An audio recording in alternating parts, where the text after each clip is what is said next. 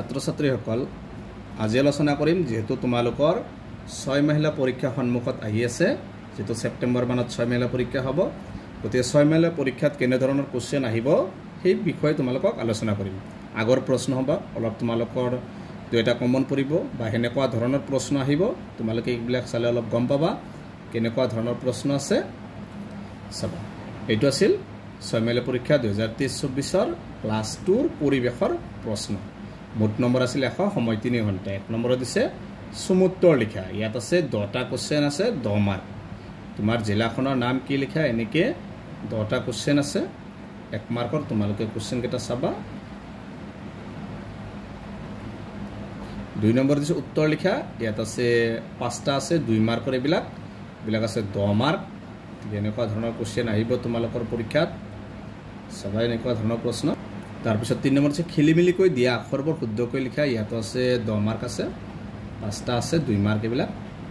4 number তোমাৰ ঠাইখনত থকা চাৰিখন অনুষ্ঠানৰ নাম লিখা শিক্ষা অনুষ্ঠান লিখিব পাৰিবা মন্দিৰ মছজিদ যি আছে চাৰিটা লিখিলে হ'ল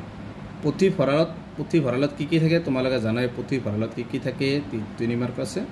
ঘৰ আৰু বিদ্যালয়ৰ মাজৰ পাৰ্থক্য এতিয়া ঘৰ আৰু বিদ্যালয়ৰ মাজৰ পাৰ্থক্য কি ঘৰ আৰু বিদ্যালয়ৰ মাজৰ পাৰ্থক্য লিখিবা ইয়াত দুটা লিখিলে হ'ল বা চাৰিটা লিখিব পাৰিবা 4 মাৰ্ক আছে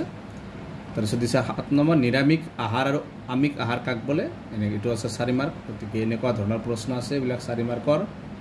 তাৰ পিছত আছে 10 নম্বৰটো এটো বৈজ্ঞানিক উপায়েৰে এটো দিছে 6 মাৰ্ক আছে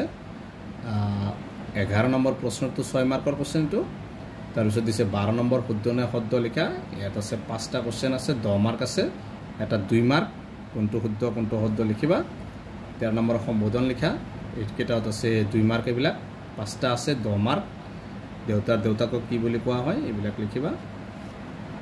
2 নম্বৰ দিছে ক অংশৰ লগত খ অংশ মিলাই লিখা ইয়াত আছে 10 মাৰ্ক আছে সবা 5টা আছে মিলান্তি এটো 10 মাৰ্ক 15 নম্বৰ খালি ঠাই পূৰ কৰা ইয়াত আছে 5টা আছে 5 মাৰ্ক এইকেইটা আছিল ক্লাস 2 ফেয়াৰলি 2023-24 কোশ্চেন ঠিক আজিৰ ভিডিওটো এখিনি তোমালোকে ভিডিওটো লাইক কৰিবা চেনেলটো সাবস্ক্ৰাইব কৰা যদি আৰু এনেকুৱা ধৰণৰ ভিডিও লাগে তোমালোকে কমেন্ট কৰিবা থ্যাংক ইউ